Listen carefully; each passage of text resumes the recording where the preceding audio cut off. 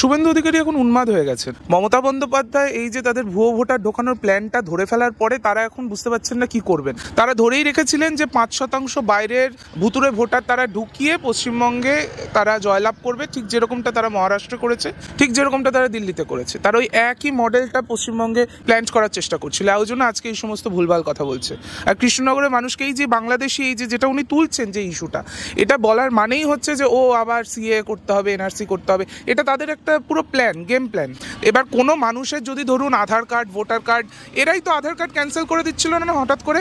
এই কৃষ্ণনগর, নদিয়া এই এরিয়াতেই প্রচুর মানুষের আধার কার্ড ক্যান্সেলেশন হয়েছিল। সেটা নিয়ে যদি আজকে যদি প্রশাসনের কারোর যদি কোনো প্রশ্ন থাকে, সেটা যদি করা হয়ে থাকে, এটা একটা প্রক্রিয়ার অংশ। কিন্তু এই ঝামেলাগুলো কে পাকিয়েছে? এটা তো বিজেপিই পাকিয়েছে। সেই জন্য তারা আজকে এই কথাগুলো বলছে। তাদের পুরো গেম প্ল্যানটা আমরা ধরে ফেলেছি। তারা সম্পূর্ণভাবে বাইরে থেকে মোটামুটি 30-32 লক্ষ মানুষকে পশ্চিমবঙ্গে ঢোকানোর প্ল্যান করেছিল।